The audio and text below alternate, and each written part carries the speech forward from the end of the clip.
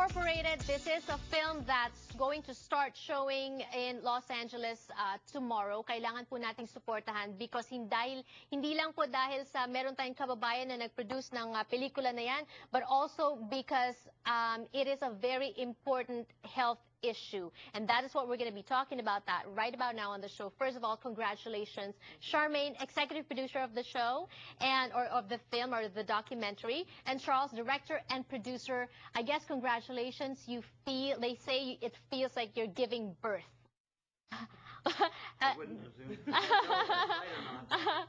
And it's not painful at all, so it's a good thing. You labored long, though, on this. How many years? It took roughly 15, and it took a long time because we needed an ending, and history provided us with one. So we went into production when that historical event, the signing of the bill into law of giving the FDA authority over the tobacco industry, that provided a good ending and a structure. It was the 30 years that led up to the signing of the bill. Right. We are talking about smoking, and in a nutshell, Charmaine, how would you explain to our kababayans kung tungkol saan yung pelikula?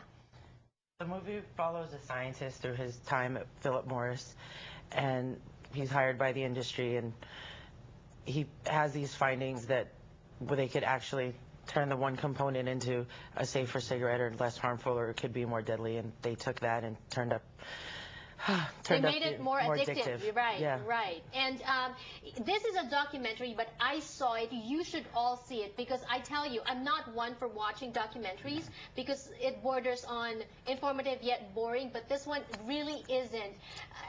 What was the thought process into it? And you mentioned earlier that you had to wait for the ending. So when you went into it, you weren't sure how the movie would...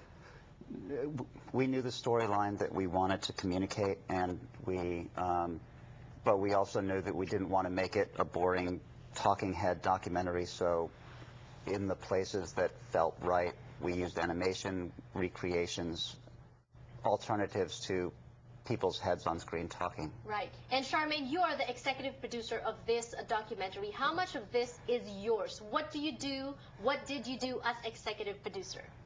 I worked side by side with Charlie to make the film and sort of help make decisions and creatively just make sure that we were on track and make sure that we had good people working with us and sort of... We've worked so closely together for so long that, we're finishing each other's sentences. Right. Is it important when you work on a movie that you know each other so well?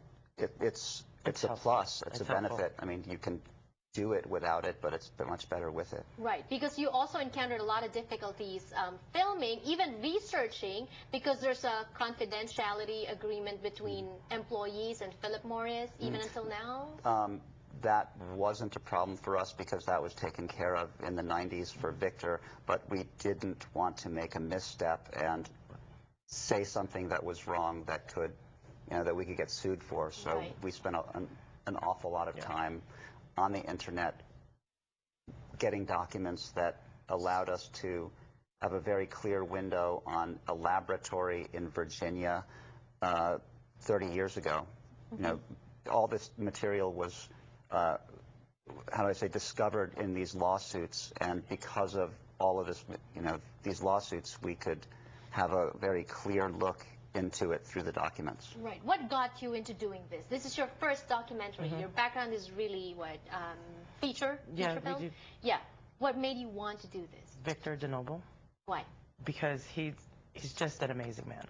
I mean, you have someone with such moral character and who could have sold out and just taken the money, but instead he just wanted to keep doing good, and that's all. And that's what I like about the film, too. You use the term whistleblower in the gist of the explanation of the documentary.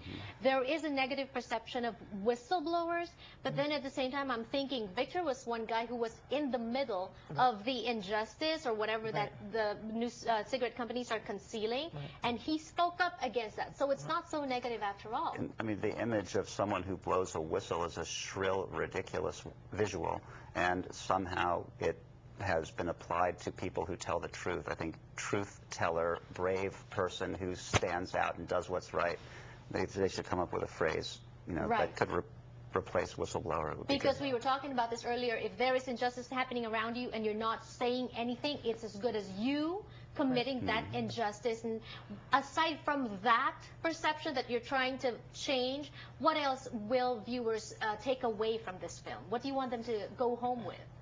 I think we just want them to have the information of what happens when you smoke and how they were lied to, and sort of give people the information so they could give kids the information so that they can make their own decision whether they want to smoke or not.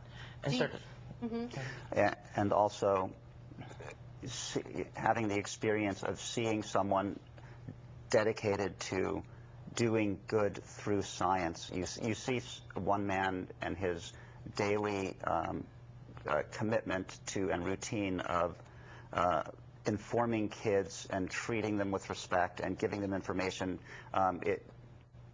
In presenting this story, we're encouraging people to find the victor in themselves, the do-gooder in themselves. Right, and maybe when you watch the movie, you're also going to be encouraged to stop smoking. Talking to my dad, he's watching and he smokes. Stop.